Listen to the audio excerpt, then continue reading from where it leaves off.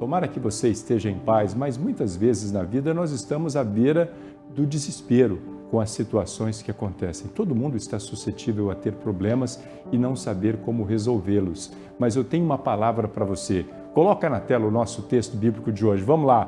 Profeta Jeremias falando aos judeus, né? Aos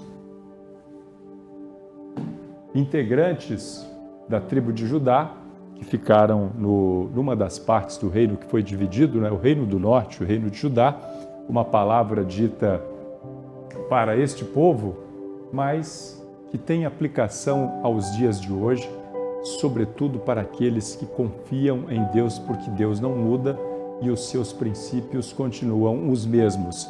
Você está precisando de uma resposta? Talvez você não saiba qual passo dar. Talvez você tenha quebrado a cara por diversas vezes, porque você, ao invés de seguir o bom conselho divino, você procurou fazer as coisas por si mesmo ou seguiu o conselho de homens, que aparentemente eram bons, e aí a Bíblia diz que há caminhos que ao homem parecem bons, mas no final são caminhos de morte. Note, são caminhos que parecem bons, são atalhos que parecem inofensivos, mas que podem comprometer a sua saúde espiritual, física, mental, as suas finanças, caminhos que podem trazer sério prejuízo. E quando você se encontra numa sinuca de bico, numa situação sem saída, você pode abrir mão de um recurso infalível. Que recurso é esse?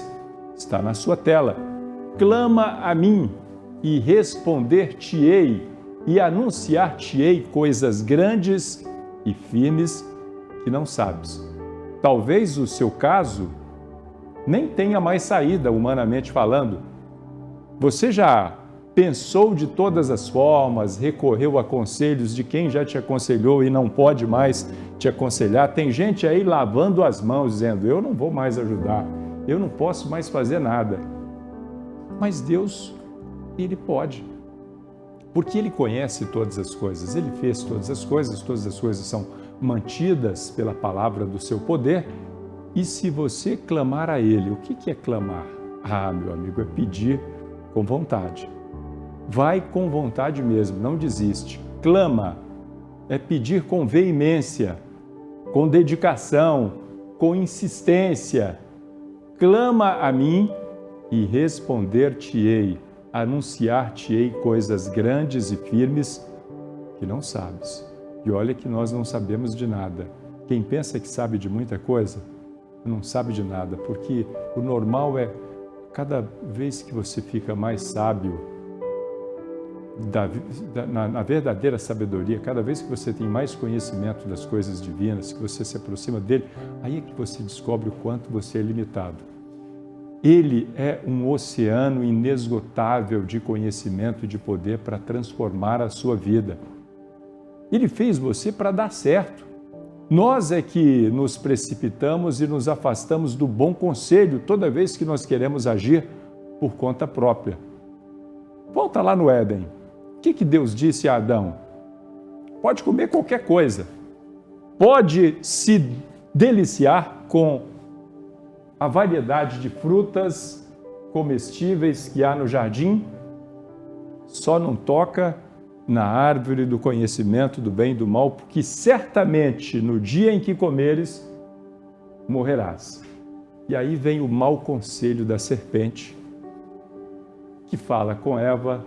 Aparentemente não foi só uma conversa, foi uma insistência de dias, até porque a tentação não vem assim, vapt-vupt, né? Vem e pronto. Não, ela se apresenta sorrateiramente. Começa com um pensamento que vai ganhando espaço na mente.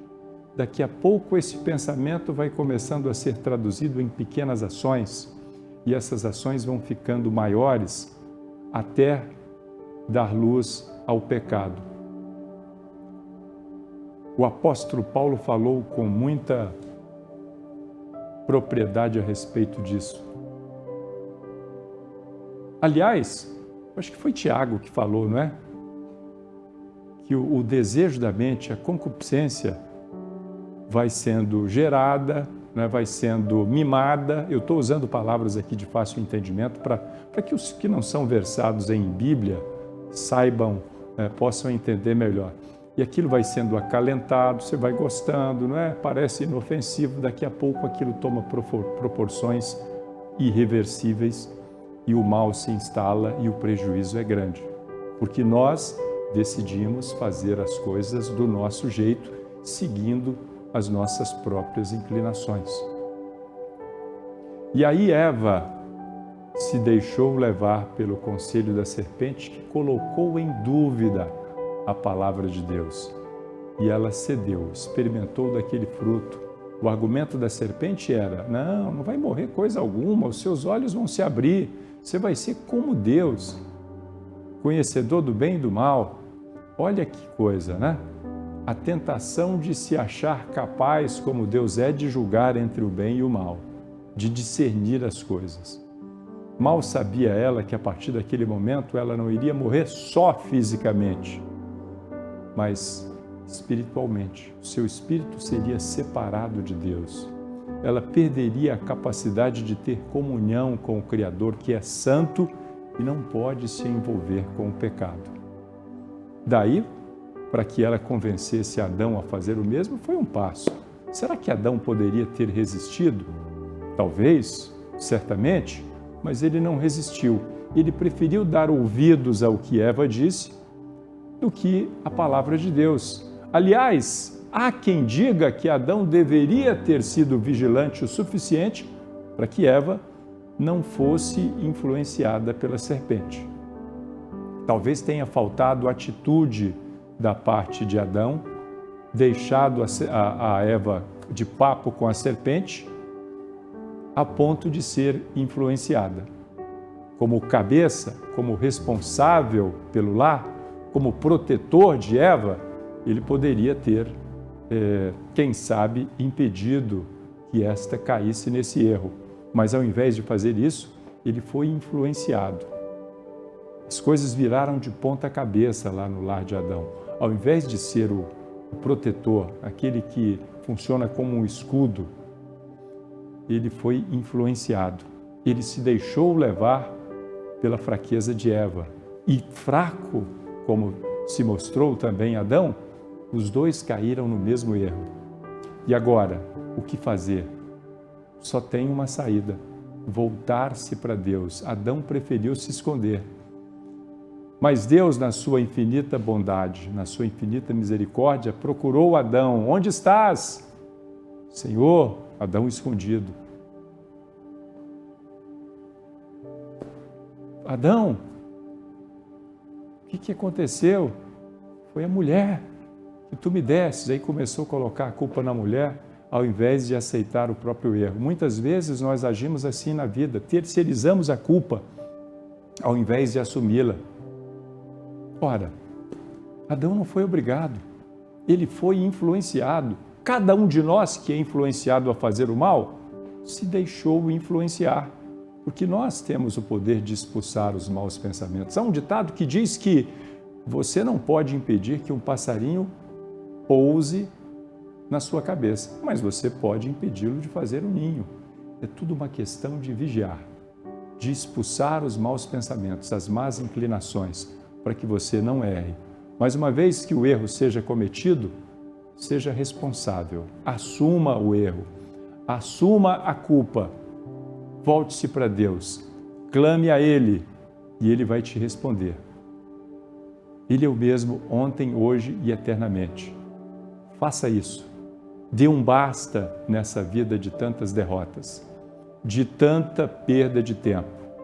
Clame a Ele. Coloca de novo na tela para a gente fechar. Clama a mim e responder-te-ei. Anunciar-te-ei coisas grandes e firmes que não sabes. Você sabia que em Cristo Jesus nós conquistamos uma posição maior do que Adão?